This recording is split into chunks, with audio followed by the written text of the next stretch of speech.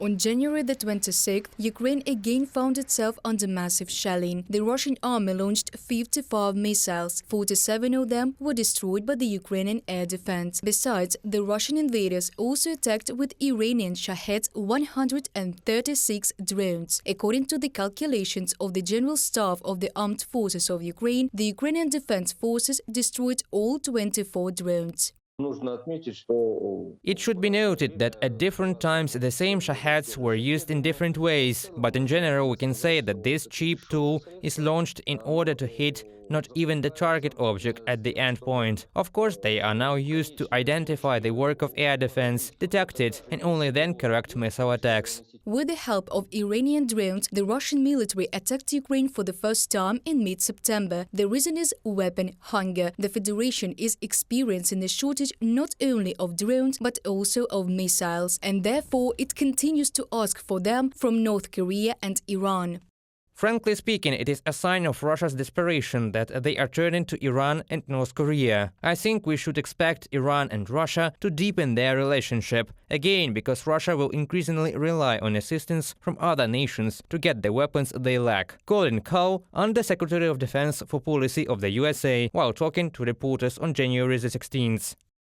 Tehran has so far refused to transfer ballistic missiles to Moscow. It does not want a direct confrontation with the USA, analysts say. But this does not prevent Iran from supplying air bombs, helmets, bulletproof vests and the already mentioned drones in exchange for Russian aviation and continued military technical cooperation.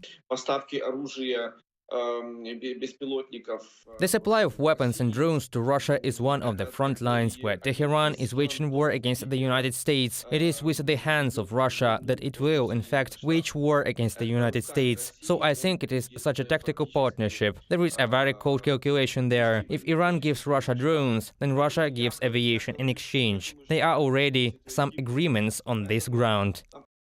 Iran needs allies, even tactical, since it is a rogue country that pursues a policy of a fortress under siege. For more than 40 years, the state has been surviving under the sanctions of the UN Security Council, the EU, the USA, Israel, and a number of other countries associated with the missile and nuclear programs of the Islamic Republic. Since September the 22nd, internal anti-government protests have been added to external pressure.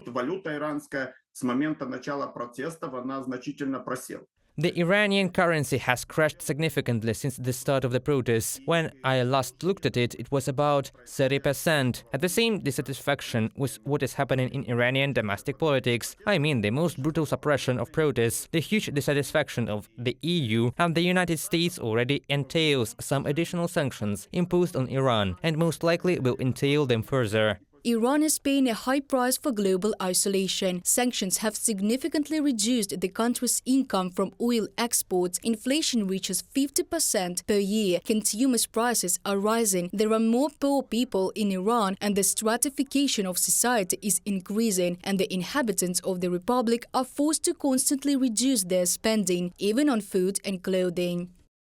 The current model of economic development is aimed at winning the loyalty of the population by providing its basic needs – food, healthcare and housing. But it does not imply a strong motivation of the state to improve the standard of living of people. At the very least, this is not a priority when a country is in crisis, since all funds go to survival. Moreover, from a pragmatic point of view, it is cheaper to serve the needs of the poor than to deal with the large middle class, whose demands are traditionally higher. From a publication by assistant professor at the Center for Gulf Studies at Qatar University, on the website of the Russian publication of Important Stories.